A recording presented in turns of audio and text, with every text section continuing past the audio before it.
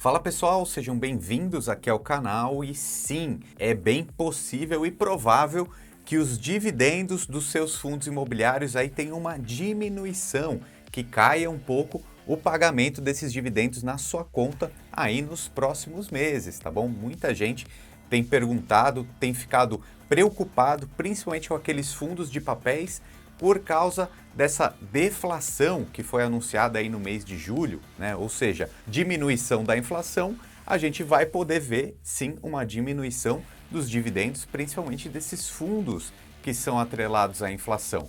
Mas aí eu já começo a fazer algumas ponderações aqui, né? O que é essa diminuição? É bem possível, mesmo que aqueles dividendos, aqueles fundos imobiliários que pagavam muito acima, né, nesses últimos meses, vou até colocar aí na tela, olha que impressionante, né? Fundo imobiliário pagando 1,8% ao mês, 1,6%, 1,5%, quase 2%, né, como você viu aqui nessa tela. Esses números, sim, eu acho que é bem provável que diminua, tá? Mas assim, pensar naqueles fundos imobiliários que podem continuar pagando algo em torno de 1% ao mês, acredito que é possível sim. Tem muita oportunidade interessante também na Bolsa de Valores, só que a gente precisa falar sobre esses cenários que a gente vive, né? Então, se a gente tem uma possibilidade de diminuição de inflação, acabou a farra? Acabou o dinheiro com os fundos imobiliários? Não, não necessariamente. Só que a gente tem que pensar em todos esses setores, esses cenários dos fundos imobiliários também. Então é isso que a gente vai conversar hoje. Vou mostrar um pouco do cenário e essas opções de investimento interessantes agora. Vamos lá! Bom, galera, então o primeiro ponto aqui para tranquilizar todo mundo é que o investimento em fundos imobiliários continua sendo interessante, até porque é um investimento que a gente vai carregar para a vida, né? Ter esses dividendos caindo na conta todos os meses é muito bom, é muito interessante. Então, primeiro alerta, a gente teve sim essa deflação anunciada nesse último mês, né? E aí o investidor que tem fundos imobiliários de papéis pensa o seguinte, ora, se a rentabilidade desse meu fundo imobiliário está atrelada à inflação, se a inflação subir, eu vou ganhar mais, né, com esse fundo imobiliário. Se a inflação diminuir ou tiver a deflação, como foi agora no último mês, a minha rentabilidade nesse fundo imobiliário vai diminuir. Então esse raciocínio, ele é verdadeiro, sim. Então é possível, até esperado, daqui a pouco vou mostrar aqui na tela, uma lista de quais são os fundos imobiliários que tendem a diminuir o pagamento nos próximos meses. Mas o que eu quero tranquilizar todo mundo aqui, na verdade, já logo de cara dois pontos aqui. Primeira coisa, a gente não pode nunca, como investidor, como investidora, perpetuar um cenário atual para todo sempre, né? Então, aumentou a inflação. Poxa, agora eu vou colocar todo o meu dinheiro em fundos de papéis. Diminuiu a inflação, vou tirar tudo. Não, né? A gente tem sempre que pensar em construção de patrimônio e saber que os cenários eles vão variando um pouco. Óbvio que você pode aportar novos recursos em outras classes de ativos, dependendo do cenário. Então, não perpetue essa inflação mais baixa para sempre. Até porque, né, esse é o segundo ponto aqui, essa deflação que aconteceu no Brasil em julho, ela é completamente pontual e até podemos dizer artificial, tá? Porque só vai acontecer até o final de 2022, ou seja, já está contratado, contratado entre aspas, né, já está esperada uma inflação alta até acima da média para 2023. Então, olha esses dados que eu separei aqui. Foi noticiado em toda a mídia, né, essa redução da inflação no mês de julho, tá? Então, a gente pode ver aqui até nesse gráfico, essa aqui é uma inflação mês a mês. Então, é muito normal no Brasil. A gente está acostumado a ter inflação ali positiva, né, digamos assim, ou seja, aumento da inflação, e nunca negativa, como aconteceu aqui no mês de julho, esse menos 0,68. Mas a gente sabe que isso claramente foi feita por causa dessa diminuição, essa retirada dos impostos, principalmente de gasolina, etanol e gás de cozinha, né? Que foi uma atitude totalmente pontual, então é uma inflação completamente artificial, né? Essa deflação, na verdade. Até porque a gente olha aqui nesse gráfico de 12 meses e está super alta a inflação ainda, né? Na casa dos 10%, se a gente pegar essa janela um pouco maior. E essa retirada desse imposto, então esse mecanismo tributário aí que diminuiu a inflação agora é só até dezembro de 22, né? Então, isso rapidamente vai ser modificado para 2023. Devemos ter uma inflação alta ainda em 2023. Então, primeiro ponto aqui, né? Não vai sair vendendo seus fundos imobiliários por causa de um cenário de um mês, né? Isso daí vai voltar para o ano que vem, vai voltar para a perpetuidade enquanto você tiver os seus fundos imobiliários na carteira. Mais um ponto interessante aqui é que essa perspectiva de inflação por mais tempo, o que faz com a taxa Selic, a taxa de juros? Ora, muito provável que a gente tenha taxa Selic alta por muitos meses ainda. E aí, na minha visão, agora olhando para os fundos imobiliários em si, até especificamente os fundos de papéis, acredito que aqueles fundos que tenham mais exposição ao CDI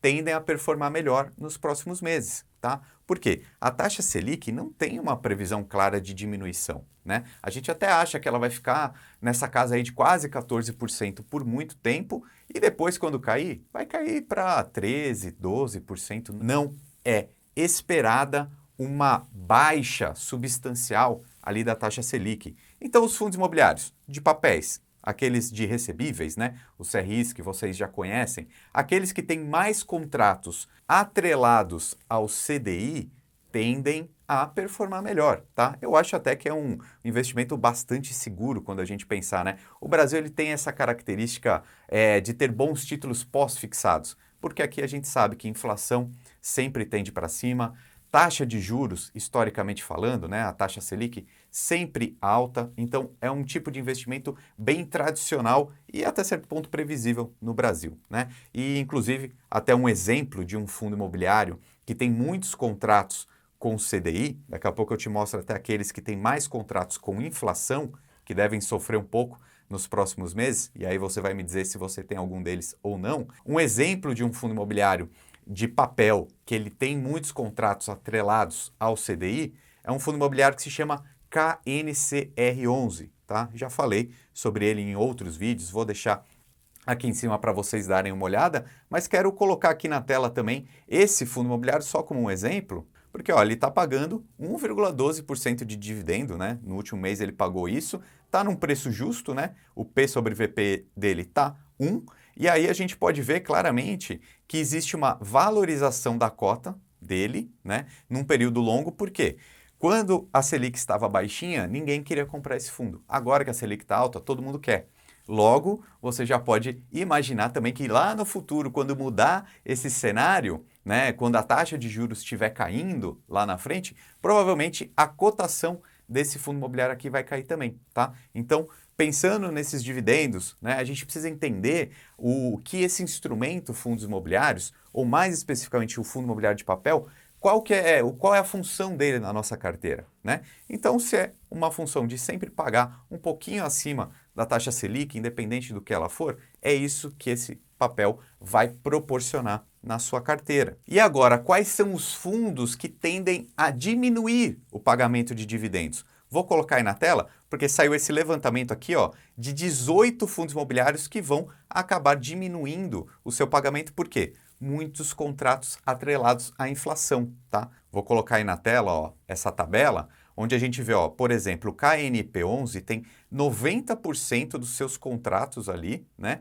atrelados a IPCA. Então, se a gente tem uma previsão de menos inflação, ele vai pagar menos também, tá? Agora, o que a gente tem que pensar, por outro lado, é que não quer dizer que a inflação vai ser baixa, né? A expectativa para 2022 é algo em torno de 7%, né? Para 2023 também vai ser mais ou menos isso, né? A meta é bem mais baixa, algo em torno de 4% a 5%, mas eu acho que vai estourar para cima até porque é esse cenário de commodities, o combustível ano que vem vai voltar também. A inflação de serviços no Brasil está bem alta, né? Então, serviços, por exemplo, turismo, né, está super inflacionado, né? Eu acho que não é estrutural essa diminuição da inflação, tá bom? Eu acho que o Brasil é o país do pós-fixado, tá? Mas, enfim, a gente pode pensar que ele estando aí num preço sobre valor patrimonial ok, aceitável, né, abaixo de 1, pensando numa inflação mesmo na casa dos 7%, mais esses outros contratos que ele tem lá dentro, então seria 7% mais um valor acima disso, É óbvio que a gente está vendo aqui um dividendo passado de 17%, mas facilmente a gente poderia pensar que um fundo imobiliário bom aí vai ter contratos na casa de IPCA mais 6, tá? Então a gente tem uma inflação de 7, mais esses 6% ali, poxa, a gente já está falando de algo em torno de 12 ou 13% ao ano. Não é ruim. Mesmo a inflação diminuindo, não quer dizer que esses fundos aqui vão ser ruins, mas vão pagar menos, né? Então é isso que você tem que saber. Não se assuste se esses fundos imobiliários aí que estão aparecendo na tela pagarem menos, tá? Principalmente esses primeiros que têm muitos contratos com IPCA e não tantos com o CDI, né? Como, por exemplo, eu falei do KNCR11.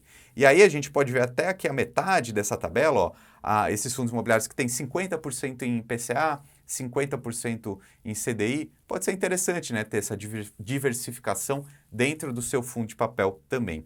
E aí eu quero ressaltar também o CPTS11, ó, que ele tem 59% da carteira dele ali com CRIs atrelados ao IPCA. Ele soltou essa notícia aqui falando que ele não pretende diminuir o pagamento dos dividendos dele, tá? E como eles pretendem fazer isso? Eles colocam aqui que o fundo vem realizando um giro da sua carteira, né? Ou seja, ele tem alguns CRIs, ele tem alguns outros fundos imobiliários dentro da carteira dele que ele fica comprando e vendendo todo mês e aí ele tenta gerar lucro com isso, tá?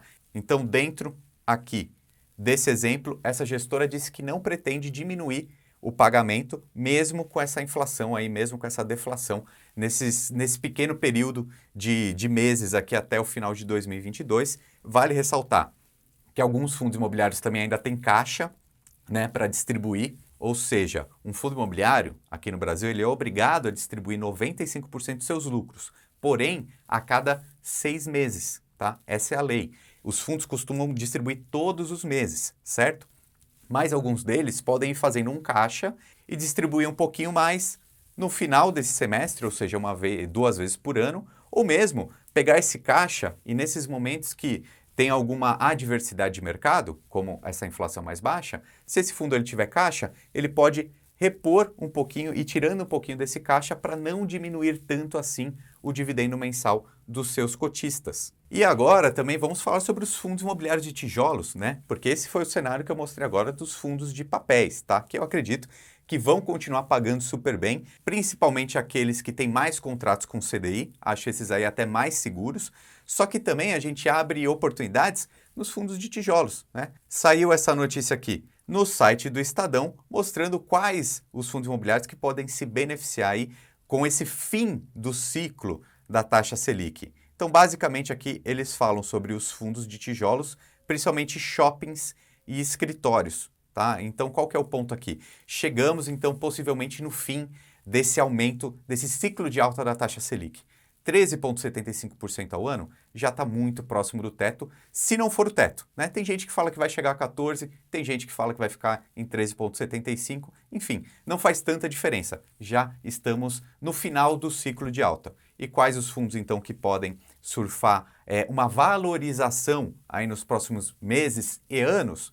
Os fundos de tijolos que eles estão bem descontados. E aqui, nessa matéria, o destaque são os shoppings e os escritórios, e eu adiciono um pouco também o ponto dos fundos de fundos, tá? Essas aqui foram as maiores altas dos fundos imobiliários em julho. A gente tem um fundo, o CARE11, é um fundo de cemitério, né? Ele é um fundo relativamente pequeno, então nem considero tanto nessa análise aqui, porque um fundo pequeno pode valorizar e desvalorizar muito na Bolsa de Valores. Mas se a gente olhar para os outros, ó, a gente tem um fundo imobiliário de logística, um de shopping e 2 fundos de fundos, né? Por que um fundo de fundo? Ele é um fundo imobiliário que você compra, né? Por exemplo, você pode comprar esse RBFF11 ou o KISU11 lá na sua corretora. Você comprou esse ativo, esse um ativo, e dentro dele tem vários outros fundos imobiliários. Então tem uma gestão desse fundo de fundos que escolhe quais os fundos imobiliários tem dentro desse ativo que você comprou, né? E aí ele vai trocando esses fundos imobiliários que tem lá na carteira, vai tentando gerar mais lucro com isso. E por que os fundos de fundos cresceram bastante nesse último mês? Ora, se eles têm tanto fundos de papéis quanto de tijolos ali, ele está tentando pegar um pouco desses dois mundos, bons dividendos, né, com os fundos de papéis, e tentando apostar nessa valorização, essa possível valorização dos fundos de tijolos com o fim do ciclo de alta da taxa Selic. Então, pessoal, peço para você colocar o seu comentário aqui embaixo se você tiver alguma pergunta especificamente sobre fundos imobiliários que eu posso vir a responder aqui em próximos vídeos para vocês, tá bom? Então, dê uma olhada também nesses outros vídeos que a gente preparou para você e se inscreva aqui no canal. Seja muito bem-vindo ao time!